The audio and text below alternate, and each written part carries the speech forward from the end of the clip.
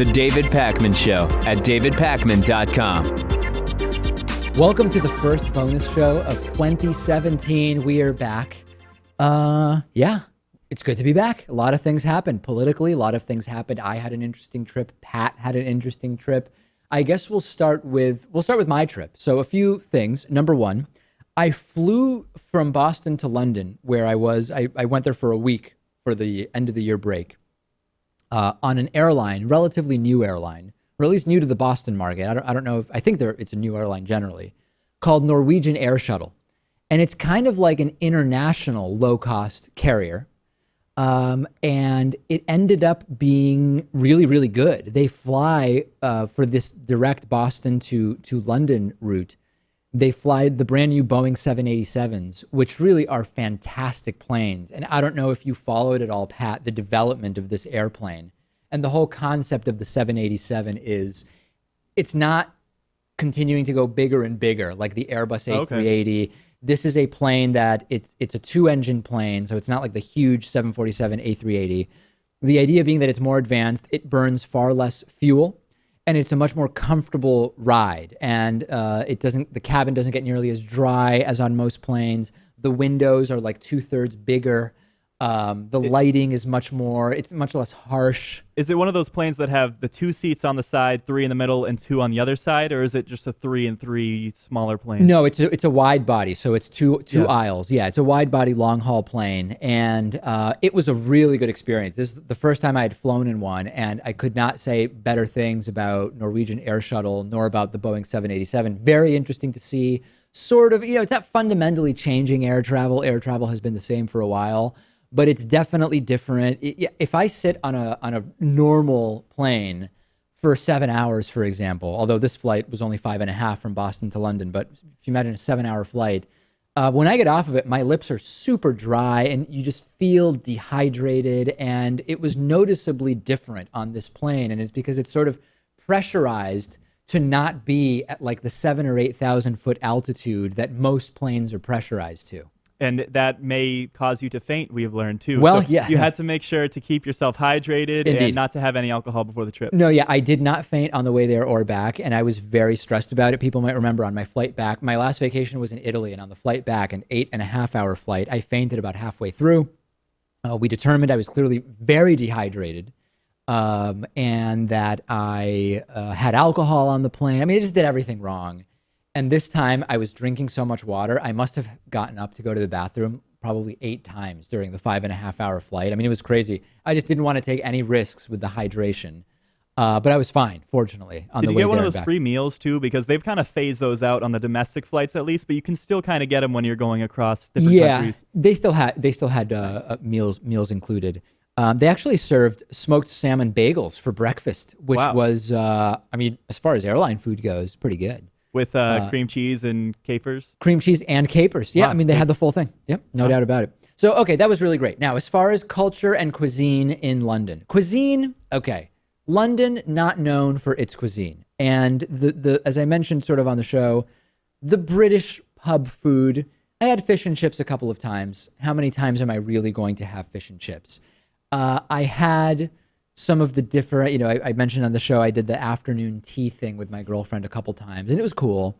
But it's not really, being in Boston, where you have 10,000 Irish pubs, which have menus that are quite similar to much of what the British pubs had, the British cuisine was not an exciting part of the trip. What was great, though, was the Indian food. I mean, just the best Indian food that I've had. And of course, India was a British colony. Yep.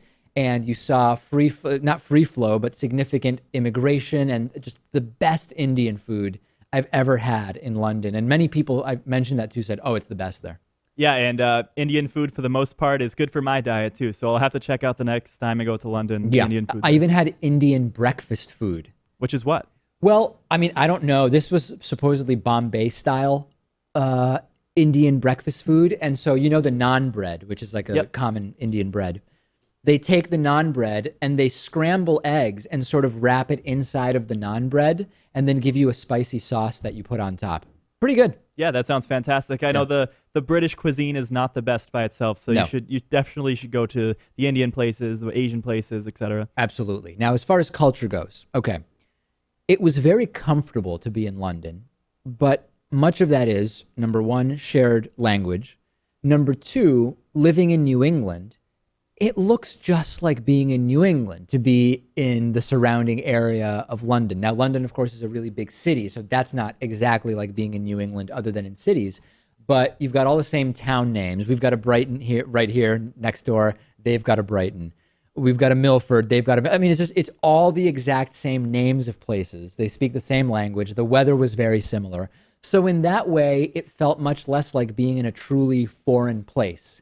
That being said, and this is not me being pejorative in any way, I feel like, and I'm curious to hear from you because you've been to some of these places, I feel like I find more interesting the more Mediterranean European culture of Spain and Italy and France. I don't know what your experience was. Yeah, I get that because it's much different, and if you're going to a foreign land, you want to take in those differences. Yeah. But I'm not too sure that the weather is quite similar between here and London, because when I think of weather in London, I think of consistently cloudy, Yeah. overcast, just a little bit chilly, but always consistently, 50, 60 degrees.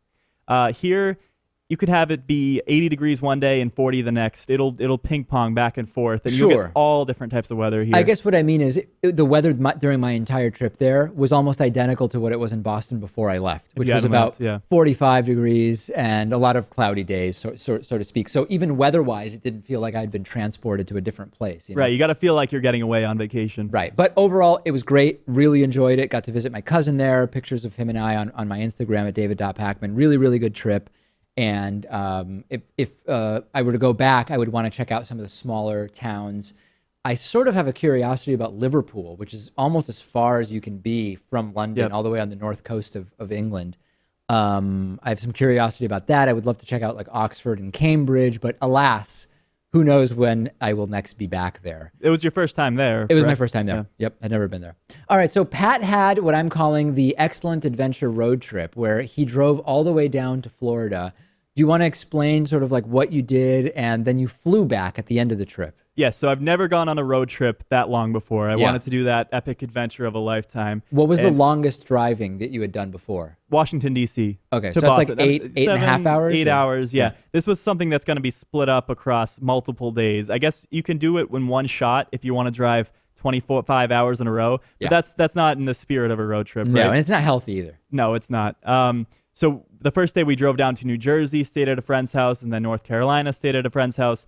Charlotte was one of the cities that I visited, and I was not too impressed. Really? Charlotte seems like it has skyscrapers, but only because it's obligated to have skyscrapers because it's a city. It's very spread out. It's very rural. I was expecting a little bit more from Charlotte. I've never been other than to the airport, so I can't really say. But needless to say, so what would be the key thing about Boston that you like better than Charlotte?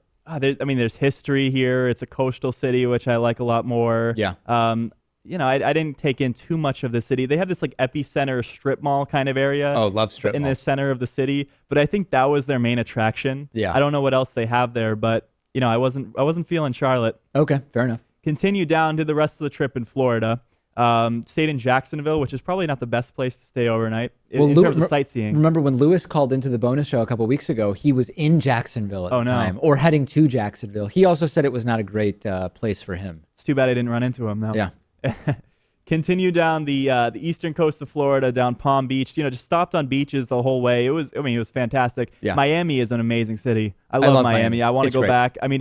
It combines all my favorite things of beaches and warm weather and beautiful buildings and architecture. And you still have the whole benefits of an urban area of lots of great restaurants and museums and all of that type of stuff. And it's remarkably not too expensive too. I mean, we were able to stay at hostels for $40 a night. I was hearing that the average rent, I don't know about the average rent, but you can stay at a place on South Beach for a comparable price to living in some neighborhood in Boston. I mean, Is that right? Yeah, maybe $1,000 a month, $1,200 a month. Yeah, very good deal. I would love Prices to go back to Miami. calling that, I mean, because our audience is so spread out, they might hear $1,200 a month. Very good deal. What are you talking about? That's a very good deal here. Yeah, I have to keep that in mind. Continue the journey down to Key West, because why not? I think it's the southernmost point in the continental United States. And I was expecting more from Key West too. Maybe I have the same criticisms as Charlotte, but I know it's a very small town. There's maybe 30,000 people. I thought it would be a little bit more quirky. But there didn't seem to be too many people around. It was 75, 80 degrees, so maybe a lot of the people were staying home rather than going to the beaches, given that's not the weather that they're used to, and that's not really beach weather for them. Yeah. But it just seemed like we drove all the way out there, and there wasn't too much to see. But, I mean, the Florida Keys are nice. Went back up the West Coast and finished up the trip in Venice. Ah, okay. Yep. That's so is the West? I've only been to individual places in Florida.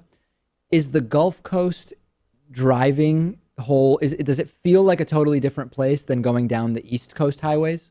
I don't know if it seems about the same, but you have to cut across the Everglades, which is pretty fantastic. I guess there's two ways across the Everglades. One is an interstate highway. I think it's 75.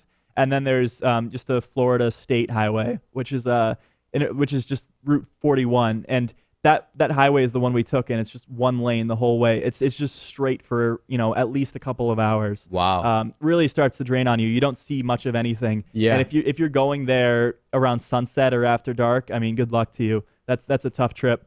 And then just in comparisons, I think Western Florida, or the Gulf Coast, I think they would say it's a lot more older. The average age there is maybe 60 or 70.